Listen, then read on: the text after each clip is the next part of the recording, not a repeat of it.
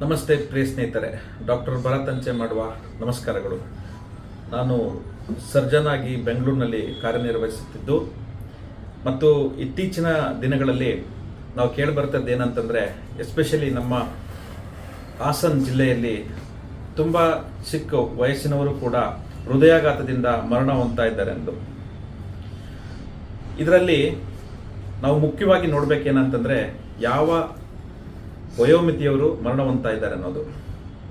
24 ವರ್ಷ ಆಗಿರ್ಬೋದು, 30 ವರ್ಷ ಆಗಿರ್ಬೋದು, 40 ವರ್ಷ ಆಗಿರ್ಬೋದು, ಇವರನ್ನೆಲ್ಲನೂ ನಾವೇನು ಹೇಳ್ತೀವಿ, ಚಿಕ್ಕ ವಯಸ್ಸಿನವರು ಅಂತ ಹೇಳ್ತೀವಿ. ಇಂಥವರು ಕೂಡ ನಮಗೆ ಮರಣ ಹೊಂದ್ತಾ ಇದ್ದಾರೆ. ಅದು ಯಾವುದೇ ಒಂದು ರಿಪೋರ್ಟಲ್ಲಿ ನಾವು ಕೇಳಿದಾಗಲೂ ಕೂಡ ಹೃದಯಾಘಾತದಿಂದ, ಹಾರ್ಟ್ ಅಟ್ಯಾಕಿಂದ ಮರಣ ಹೊಂದ್ತಾ ಇದ್ದಾರೆ ಅನ್ನೋದು ಗೊತ್ತಾಗ್ತಾ ಇದೆ. ಆದರೆ ಯಾಕೆ ಈ ಥರ ಆಗ್ತಾ ಇದೆ?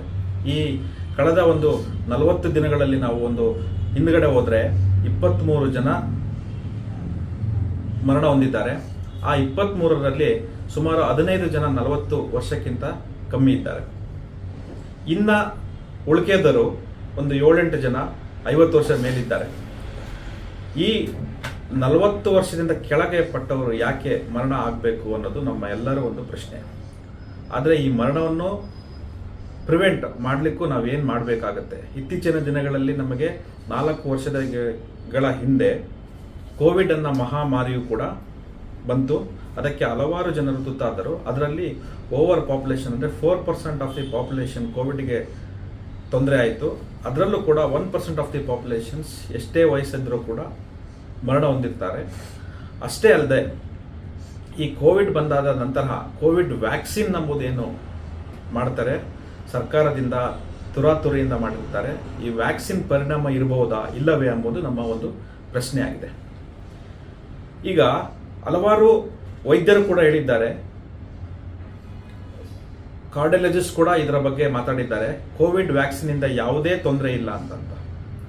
ಆದರೆ ಕೋವಿಡ್ ವ್ಯಾಕ್ಸಿನಿಂದ ಯಾವುದೇ ತೊಂದರೆ ಇಲ್ಲ ಅಂತಂದರೆ ಯಾಕೆ ಚಿಕ್ಕ ವಯಸ್ಸಿನಲ್ಲಿ 20ರಿಂದ 40 ವರ್ಷ ವಯೋಮಿತಿ ಇರುವ ವ್ಯಕ್ತಿಗಳಿಗೆ ಸಾವು ಕಂಡು ಬರ್ತಾ ಇದೆ? ಇದೇ ನಾವು ಅಂಕಿಅಂಶಗಳನ್ನು ತೆಗೆದುಕೊಂಡ್ರೆ ಪ್ರತಿ ವರ್ಷ 25ರಿಂದ 30 ಲಕ್ಷ ಜನ ಕಾರ್ಡಿಯಾಕ್ ಅರೆಸ್ಟ್ ಅಥವಾ ಹೃದಯಾಘಾತದಿಂದ ಸಾಯ್ತಾ ಇದ್ದಾರೆ. ಅಲ್ಲಿ ವಯೋಮಿತಿಯನ್ನು ನಾವು ನೋಡಿಕೊಂಡಾಗ 50 ವರ್ಷದ ಮೇಲೆ ಪಟ್ಟಿರುತ್ತೆ ಹೊರತು 50 ವರ್ಷದಿಂದ ಕೆಳಗೆ ಇರೋದಿಲ್ಲ. ಅಥವಾ 60 ಆಗಿರ್ಬೋದು, 70 ಆಗಿರ್ಬೋದು, ಅಥವಾ 80 ಆಗಿರ್ಬೋದು, ಈ ರೀತಿ 72 ವರ್ಷ ಆಗಿರ್ಬೋದು. ಈ ರೀತಿ ಸಡನ್ ಹಾರ್ಟ್ ಅಟ್ಯಾಕ್ ಆಗಿ ಅಥವಾ ಹೃದಯಾಘಾತ ಆಗಿ ಸಾವನ್ನು ತಲುಪಿರುತ್ತಾರೆ. ಬಟ್ ಆದರೆ ಇಲ್ಲಿ ನಾವು ಕಾನ್ಸಂಟ್ರೇಷನ್ ಅಥವಾ ಒಂದು ಪ್ರಜ್ಞೆ ಇಟ್ಟು ನಾವು ನೋಡಿದಾಗ 20ರಿಂದ 40 ವರ್ಷದ ವಯಸ್ಕರು ಯಾಕೆ ಸಾಯ್ತಾ ಇದ್ದಾರೆ? ಎಷ್ಟೋ ಜನ ಹೇಳ್ತಾರೆ ಇದು ಯಾವುದೇ ಕಾರಣದಿಂದ ಕೋವಿಡ್ ವ್ಯಾಕ್ಸಿನಿಂದ ಆಗಿಲ್ಲ.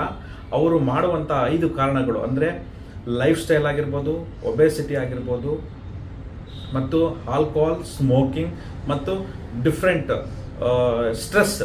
ಈ ಎಲ್ಲ ಒಂದು 5 ಕಾರಣಗಳಿಂದ ಚಿಕ್ಕವರು ಕೂಡ ಸಾಯ್ತಾ ಇದ್ದಾರೆ. ಅಂದರೆ 40 ವರ್ಷದ ಕೆಳಗಡೆಯವರು ಕೂಡ ಮರಣ ಹೊಂದ್ತಾ ಇದ್ದಾರೆ ಅಂತ ಹೇಳ್ತಾರೆ. ಬಟ್ ಆದರೂ ಕೂಡ ಹಾಸನದಲ್ಲಿ ನಡೆದಂತಹ ಒಂದು 20ರಿಂದ 40 ವರ್ಷದಲ್ಲಿ ನಡೆದಂತಹ ವ್ಯಕ್ತಿಗಳಿಗೆ ಯಾವುದೇ ಥರದ ಸ್ಮೋಕಿಂಗ್ ಹ್ಯಾಬಿಟ್ಸ್ ಆಗಿರ್ಬೋದು, ಆಲ್ಕೋಹಾಲ್ ಆಗಿರ್ಬೋದು, ಒಬೆಸಿಟಿ ಆಗಿರ್ಬೋದು, ಸ್ಟ್ರೆಸ್ ಆಗಿರ್ಬೋದು, ಈ ರೀತಿ ಇಲ್ಲದೆ 15 ಜನ 40 ವರ್ಷದ ಕೆಳಗಡೆ ಸತ್ತು ಹೋಗ್ತಾರೆ ಅಂತಂದರೆ ನಾವು ಇದನ್ನು ರಿಸರ್ಚ್ ಮಾಡಬೇಕಾಗ್ತದೆ. ಅಂದರೆ ಇಲ್ಲಿ ಒಂದು ನಮಗೆ ಏನಂತಂದರೆ ರೆಟ್ರೋಸ್ಪೆಕ್ಟಿವ್ ಸ್ಟಡಿ ಬೇಕಾಗ್ತದೆ. ಆ ರೆಟ್ರೋಸ್ಪೆಕ್ಟಿವ್ ಸ್ಟಡಿಯಲ್ಲಿ ಈ ವ್ಯಕ್ತಿಗಳಿಗೆ ಕೋವಿಡ್ ವ್ಯಾಕ್ಸಿನ್ ಹಾಕಿತ್ತಾ, ಅಥವಾ ಯಾವ ವ್ಯಾಕ್ಸಿನ್ಸ್ ಹಾಕಿದ್ವಿ, ಯಾವ ಬ್ಯಾಚ್ ಇತ್ತು, ಅಥವಾ ಅವರಿಗೆ ಪೋಸ್ಟ್ಮಾರ್ಟಮ್ ರಿಪೋರ್ಟ್ ಏನು ಬಂದಿದೆ.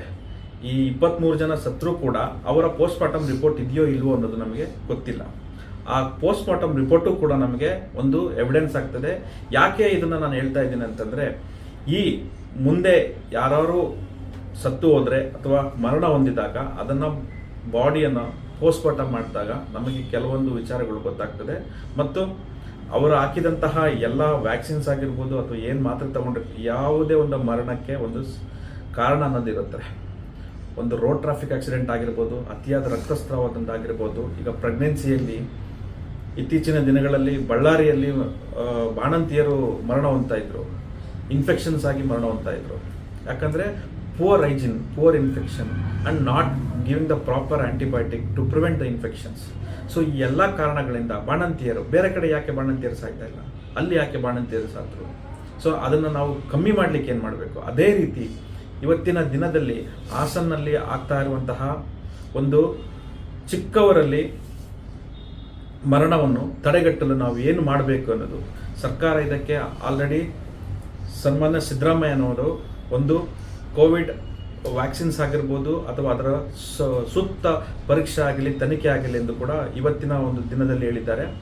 ಅಷ್ಟೇ ಅಲ್ಲದೆ ನಾವು ಸಾರ್ವಜನಿಕವಾಗಿಯೂ ಕೂಡ ಇದಕ್ಕೆ ಸ್ಪಂದಿಸಿ ಮುಂದೆ ಬರುವಂತಹ ಹಲವಾರು ವಯಸ್ಕರಲ್ಲಿ, ಚಿಕ್ಕ ಮಕ್ಕಳಲ್ಲಿ ಅಥವಾ 20 ರಿಂದ 40 ವರ್ಷ ಇರುವಂತಹ ವ್ಯಕ್ತಿಗಳಲ್ಲಿ ಯಾವುದೇ ರೀತಿಯ ಅವಘಡ ಆಗದೆ ಅವರು ಕೂಡ ಇನ್ನೂ ಚೆನ್ನಾಗಿ ಬದುಕಲಿ ಎಂಬ ನಮ್ಮ ಆಸೆಯಿಂದ ಒಂದು ಟ್ರಿಪ್ಸ್ ಏನಂತಂದರೆ, ಯಾವುದೇ ಒಂದು ಸ್ಟ್ರೆಸ್ ತೆಗೆದ ಜೀವನ ಮಾಡಬೇಕಾಗ್ತದೆ.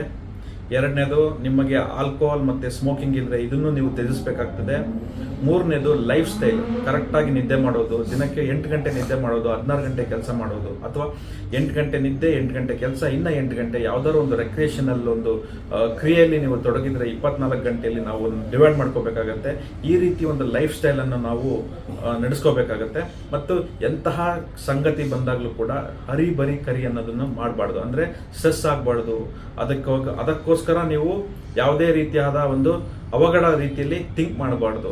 ಮತ್ತು ಇನ್ನೊಂದೇನಂತಂದರೆ, ವೈದ್ಯಕೀಯವಾಗಿ ಎಲ್ಲ ಒಂದು ಸಂಶಯ ಬಂದಾಗ, ಎದೆನೋವು ಬಂದಾಗ ECG ಮಾಡಿಸ್ಕೋಬೇಕಾಗ್ತದೆ, ಎಕೋ ಮಾಡಿಸ್ಕೋಬೇಕಾಗತ್ತೆ. ಮತ್ತು ಟ್ರೋಪೋನಿನ್ ಐ ಅಂತ ಒಂದು ಬ್ಲಡ್ ಇನ್ವೆಸ್ಟಿಗೇಷನ್ಸ್ ಬರುತ್ತೆ, ಅದನ್ನು ಕೂಡ ಮಾಡಿಸ್ಕೋಬೇಕಾಗತ್ತೆ. ಮತ್ತು ಥ್ರೆಡ್ಮಿಲ್ ಟೆಸ್ಟ್, ಈ 4 ಸಿಂಪಲ್ ಟೆಸ್ಟ್ಗಳನ್ನು ನಾವು ಮಾಡಿಸ್ಕೊಂಡಾಗ 70% coat pant, sherwani, suiting, shirting, sari, dress material ಹಾಗೂ ಮದುವೆ ಸಮಾರಂಭಗಳ ಎಲ್ಲಾ ತರಹದ ಬಟ್ಟೆಗಳು ಹೋಲ್ಸೇಲ್ ದರದಲ್ಲಿ ಲಭ್ಯ.